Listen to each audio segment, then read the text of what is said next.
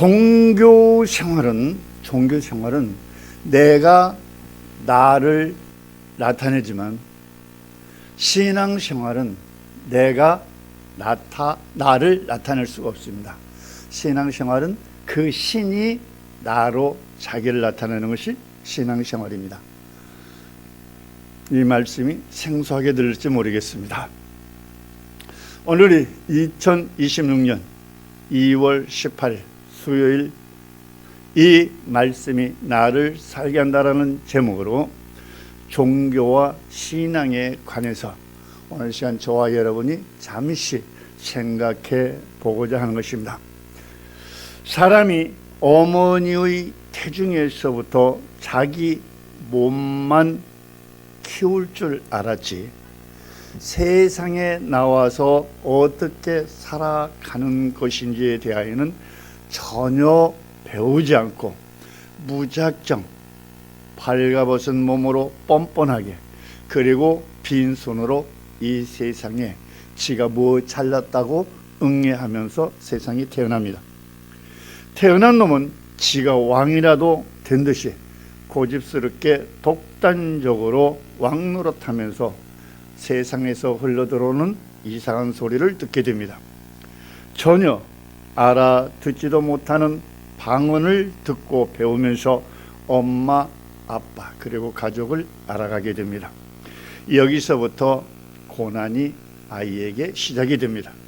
말을 배워야 하고, 글을 배워야 하고, 문화를 배우면서 세상 살아가는 것을 공부합니다. 그 어려운 공부 왜 해야 하죠? 그렇습니다. 세상에서 살아가기 위해 공부합니다. 뭐가 어떻게 살아가는 거죠? 그래요. 몸이 살아가기 위한 공부죠. 의식주 문제를 먼저 해결해야 하기 위한 수단으로 열심히 땀 흘려 공부하고 취업하고 정신없이 살아가죠. 그런데 문제가 하나 발견됩니다. 그것은 자기도 모르게 늙어가고 있다는 것입니다. 어떤 친구는 늙지도 않았는데 병원에 입원했다는 것입니다. 그리고 누구는 죽었다는 것입니다. 나도 고민이 되는 거죠. 이렇게 죽으면 끝나는 것인가? 고민에 고민을 거듭합니다. 그러던 어느 날 종교를 발견합니다. 저 사람들 뭐 하는 거야? 궁금하여 찾아가 그들에게 질문을 던집니다. 그 사람들의 말이 일리가 있습니다. 그러나 나는 그 사람들의 말을 인정해 주기 싫습니다. 사람 속에 또 다른 사람이 있다는 것입니다. 그 사람은 죽지도 않는다는 것입니다. 그들은 또 12지옥을 말합니다. 하늘나라를 말합니다. 어떤 종교는 극락을 말합니다. 종교마다 알 수 없는 기이한 자기들의 주장이 있습니다. 나는 그들의 말을 들으면서 헷갈리기 시작합니다. 어떤 종교가 되었든 그 종교의 힘은 어쨌든 위대합니다. 왜냐하면 종교 안에는 영이 있고 그 영들의 능력이 있기 때문에 그렇습니다. 이 영들을 종교는 분별하지 못합니다. 어떤 것이 좋은 것이고 나쁜 것인지를 그들 스스로 분별하지 못합니다. 사람도 괜찮은 사람이 있는가 하면 그렇지 않은 사람도 있고, 어쨌든 사람은 다양한 성품으로 자기들의 의를, 영들의 힘을 입어 그 능력을 드러내면서 살아갑니다. 나쁜 영들도 악하거나 착하게 자기들을 드러낼지라도 그 영들의 본질은 하나같이 멸망시키고 죽이는 영들인 것입니다. 우리가 이 말씀을, 성경을 통해서 우리들이 볼 필요가 있습니다. 과연 세상에 있는 모든 영들은 죽이고 멸망시키는 영들인지, 성경이 이렇게 말씀합니다. 요한복음 10장 10절. 이 시간 하나님의 말씀이 선포될 때마다 여러분들은 화면을 보아주시면 좋겠습니다. 요한복음 10장 10절에서 이렇게 말씀하고 있습니다. 같이 받습니다. 도적이 오는 것은 도적질하고 죽이고 멸망시키려는 것뿐이요 내가 온 것은 양으로 생명을 얻게 하고 더 풍성히 얻게 하려는 것이라. 하나님이 말씀하시기를 하나님 외에는 모두가 다 멸망시키고 죽이는 것들이라고 당당하게 소개하고 있습니다. 그 영들을 도적이라고 기록하고 있습니다.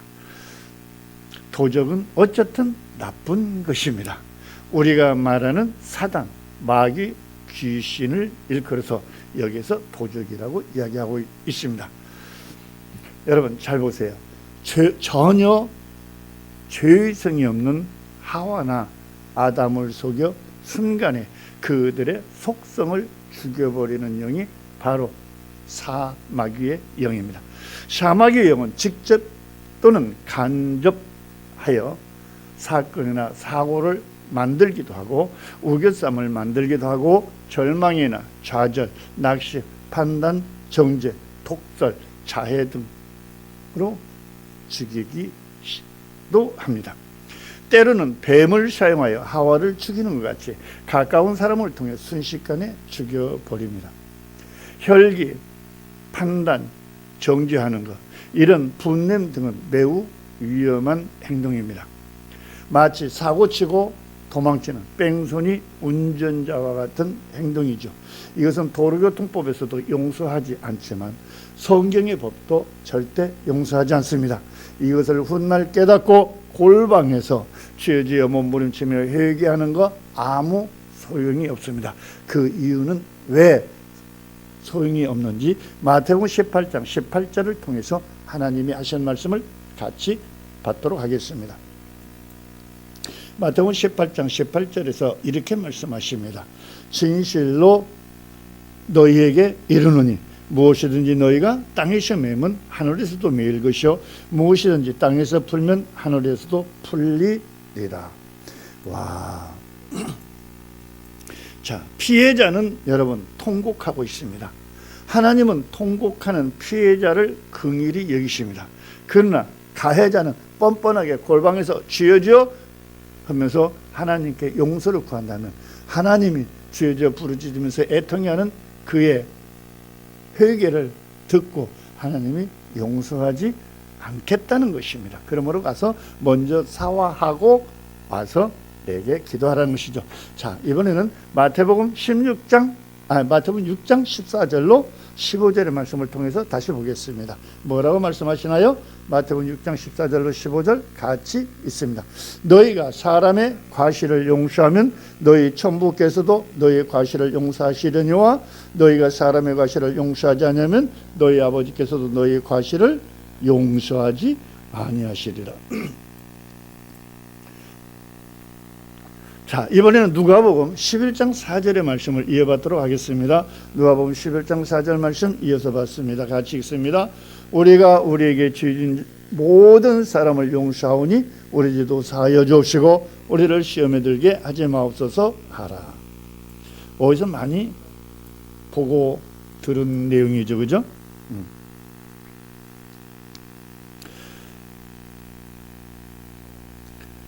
내가 천국에서 살기 위해 이 땅에 사는 동안 얽히고 설킨 것이 없어야 합니다. 원한 살만한 행동이 없어야 합니다. 정죄한 것이 없어야 합니다. 용서받지 못할 행동을 하거나 용서하지 못한 것이 없어야 합니다. 이번에는 에베소서 4장 32절 말씀 받겠습니다. 화면을 통해서 보시면 같이 읽을 수 있습니다. 에베소서 4장 32절 선포됩니다. 서로 인자하게 하며 불쌍히 여기며 서로 용서하기를 하나님이 그리스도 안에서 너희를 용서하신 것 같이 하라. 서로 불쌍히 여기며 서로 용서하기를 그리스도께서 우리를 용서하신 것 같이 하라는 거예요. 여러분, 주기도문을 외우는 것으로 끝내서는 안 된다는 거 우리들이 이 시간 새삼 알았으면 좋겠습니다. 일방적으로 사고치고 뺑소니 운전자 되어 속죄하는 마음으로 하나님께 용서를 구하면 용서해 주신다고 하지 않았음을 우리는 이 시간의 말씀을 통해서 잘 보아야 합니다. 하나님은 그 말로 죽인 것 가서 싸매주고 화해하고 풀고 와서 기도하라고 하셨지 일방적으로 기도하라고 하지 않았음을 우리들이 정말 알아야 합니다. 하나님은 이 내용으로 보아 가해자 편을 들어주지 않는다는 것입니다. 여기에 걸려드는 사람은 하와처럼 갸론 유다처럼 다른 생각을 더 이상 해내지 못하는 특징이 있습니다. 그들은 해초리나 몽둥이 같은 조언의 말도 그들의 귀에는 들리지 않도록 되어 있습니다. 교회 생활은 누구나 다 자연스럽게 편안하게 할 수 있지만 성령 안에서 하는 신앙생활은 전혀 다르다는 것을 우리들이 오늘 이 시간 다시 한번 알았으면 좋겠습니다. 사람이 하나님의 영의 통치를 받으면서 성장한다는 것은 제자가 좋은 선생님을 만나야 하는 것 같이 좋은 성도, 좋은 교회를 만나야 합니다. 보물이 깊이 감춰진 것 같이 수만 개의 종교들 속에 그리고 기독교 속에 그리스도는 하나뿐입니다. 찬송에 귀하고 귀하다, 정말 귀한 그리스도는 하나뿐이어서 하나님인 것입니다. 여러분들의 마음속에는 오직 하나님 한 분뿐입니다. 목회하면서 참 많은 사람들을 상관하면서 가르쳐도 보고 조언도 해보지만 사람들이 듣고 깨닫는 사람은 너무나 극소수인 것을 보면서 사람들 속에서 역사하는 영들이 얼마나 악한 것들인지를 알기에 오늘날까지 우리 설교의 주 내용이 이런 것이었습니다. 말씀을 먹고 그 말씀으로 세탁이 잘 되어 더러운 것을 쏟아낼 쯤 되면 발악을 하는 것을 보면서 많은 생각을 합니다. 그래서 뭔가 조금 알 것 같기에 그것을 추정하면서 그것으로 종교 하나가 더 생겨나는 것 같습니다. 태어나는 것도 하나이고 숨을 쉬는 것도 하나이고 살아가는 것도 하나이고 진리도 하나이며 죽음도 하나뿐입니다. 모든 것이 하나뿐입니다. 우리의 생명도 하나뿐입니다. 사람이 이 세상에 머무는 것도 한순간뿐입니다. 사람이 100년을 산다 해도 100년을 사는 것이 아니라 잠자는 시간, 쉬는 시간, 먹는 시간, 일하는 시간 모두 다 공제하다 보면 자유롭게 살아있는 시간은 몇 년일 뿐입니다. 이 몇 년을 사람이 어떻게 활용하여 사후 세계를 준비하느냐에 관심을 우리들이 갖지 않으면 안 되는 것입니다. 저는 어린이 시절부터 합동 측에서 신앙생활을 정말 잘했습니다. 그러나 세상은 나를 무관심하지 않았습니다. 불신자 가정에서 자라면서 예수 신앙으로 바꾸면서 세상은 나를 그냥 두지 않았습니다. 결국 나는 넘어지고 말았습니다. 성령의 인내심과 사마귀의 인내심 속에 양팔을 찹니다. 선택이 무엇인지 나는 몰랐습니다. 맺고 끊는 것도 몰랐습니다. 선포도 몰랐습니다. 무식하게 10수년을 기도만 했습니다. 도와주는 사람이 없었습니다. 누구에게 묻는 것도 몰랐습니다. 내 행위를 보고 가르쳐주는 사람도 없었습니다. 아니, 영성원, 기도원, 부흥회, 세미나 현장으로 출근해도 내 질문에 답해주는 사람은 없었습니다. 그들은 약속이나 한 듯이 성경 읽으세요, 기도하세요가 그들의 말하는 것뿐이었습니다. 왜 자유한 답을 안 해주는지 나는 몰랐습니다. 그러면서 내 나이의 환갑을 지나면서 희미하게 보여지고 깨달아지기 시작합니다. 그것은 신학과 신앙의 차이였습니다. 종교학으로 난해한 단어를 풀어 제시할 수는 있지만 그 단어를 가지고 현장으로 인도하지 못한다는 것을 알게 됩니다. 성경의 구약학은 물론 읽었지만 신약학에서도 그리스도의 신앙을 연출하지 못한다는 것을 알았습니다. 만약에 학으로 연출한다면 그것은 연극이지 신적인 활동이 아니라는 것을 알게 됩니다. 학은 대본이고 신앙은 연출이죠. 신학은 돌비에 쓰여진 문장과 같지만 신앙은 활동력이 있어 새처럼 날기도 하며 활동을 합니다. 학으로 배우고 영으로 실습을 해야 합니다. 신앙의 학은 그 힘이 매우 놀라워서 그 힘의 능력을 사람으로서는 말할 수 없이 매우 크고 그것은 성경은 이렇게 기록하고 있습니다. 히브리서 4장 12절 화면을 통해서 우리 다 같이 받도록 하겠습니다. 하나님의 말씀은 살았고 운동력이 있어 좌우의 날선 어떤 검보다도 예리하여 혼과 영과 및 관절과 골수를 찔러 뭐하니 쪼개기까지 하며 또 마음과 생각과 그 뜻을 뭐한다? 감찰하나니.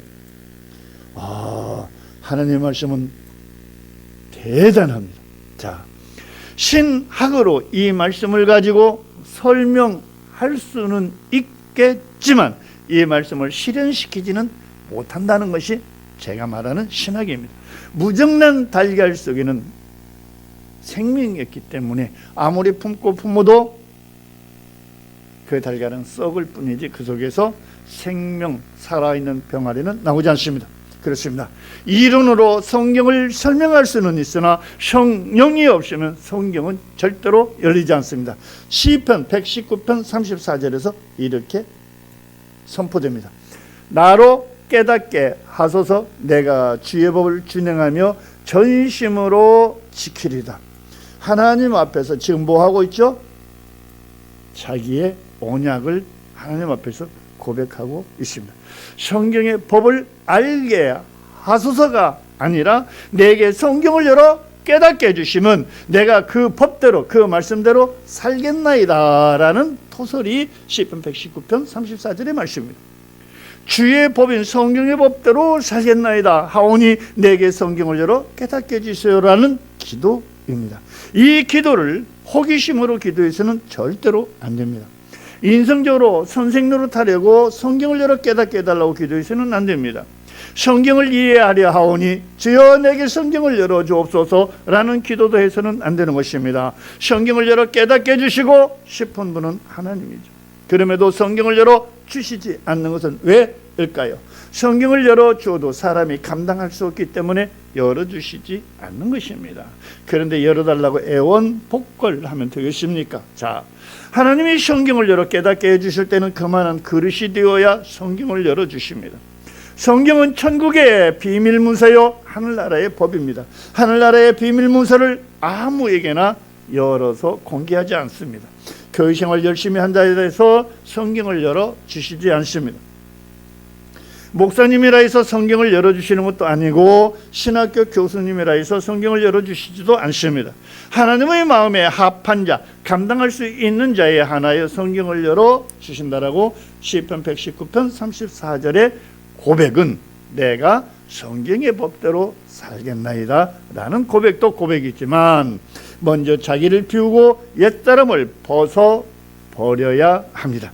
하나님의 마음에 합한 자, 그러니까 감당할 수 있는 자에게 성경의 필요성을 알게 하시고 빌립보서 2장 10절 소원을 주시고 그리고 응답으로 성경을 열어주시는데요. 이번에는 시편 119편 130절의 말씀을 우리가 받아보도록 하겠습니다. 시편 119편 130절의 말씀이 이렇게 선포됩니다. 주의 말씀을 열므로 우둔한 자에게 비추어 뭐한다? 깨닫게 하나이다. 여러분, 성경을 내가 공부하고 연구하면 성경이 깨달아지는 게 아니라는 거 알 수 있습니다. 자, 구약시대만 성경이 감추어진 것이 아니라 신약시대에도 성경은 감추어져 있었습니다. 예수님의 제자들이 누구였습니까? 그들은 직접 예수 하나님으로부터 현장에서 직접 눈으로 보고 귀로 듣고 배웠지만 제자분들은 한 사람도 예수님이 하시는 일들을 깨닫지 못했습니다. 말도 안 되는 소리죠? 예, 정말 말도 되는가 안 되는가? 우리 누가복음 18장 34절의 말씀을 통해서 보겠습니다. 누가복음 18장 34절에서 이렇게 소개하고 있습니다. 제자들이 이것을 하나도 깨닫지 못하였으니 그 말씀이 감추었으므로 저희가 그 이르신 바를 뭐했다? 알지 못했더라. 자, 이건 누가 봐도 말도 안 되는 말씀을 성경에 기록한 것 같이 보입니다. 자, 예수님과 함께 동거 생활하면서 현장으로 동행하며 보고 들었음에도 불구하고 깨닫지 못했다는 것을 여러분은 이해할 수 있겠습니까? 아니요. 누가 들어도 이해되지 않는 내용입니다. 특히 하루 이틀도 아니고 3년이라는 긴 세월 동안을 사람도 아닌 선생님이나 신학교 교수도 아닌 예수 하나님을 담임 교수로 모시고 섬기며 보고 들으며 배웠는데, 보고 듣고 배웠음에도 불구하고 한 사람도 깨닫지 못했다는 말도 안 되는 기사를 우리는 누가복음 18장 34절의 말씀을 통해서 보았습니다. 여러분, 누가 이 기사를 신임할 수 있겠습니까? 누가 이 기사를 인정할 수 있겠느냐고 이 시간 여러분들에게 묻고 있는 것입니다. 하나님이 친히 가르치는 제자들도 그것도 한 사람도 깨닫지 못한 하나님의 일을 하나님이 아닌 지성인으로부터 교육생활을 통해 하나님에 대하여 깨닫는다는 것은 정말 신비 중에 신비요 기적 중에 기적이라고 하지 않을 수가 없습니다. 오늘 우리와 함께하는 그리스도의 지체 여러분, 나는 여러분 한 사람 한 사람이 성경이 열리기를 소원합니다. 성경이 열리지 않으면 내가 이 세상에 사는 이유를 알지 못합니다.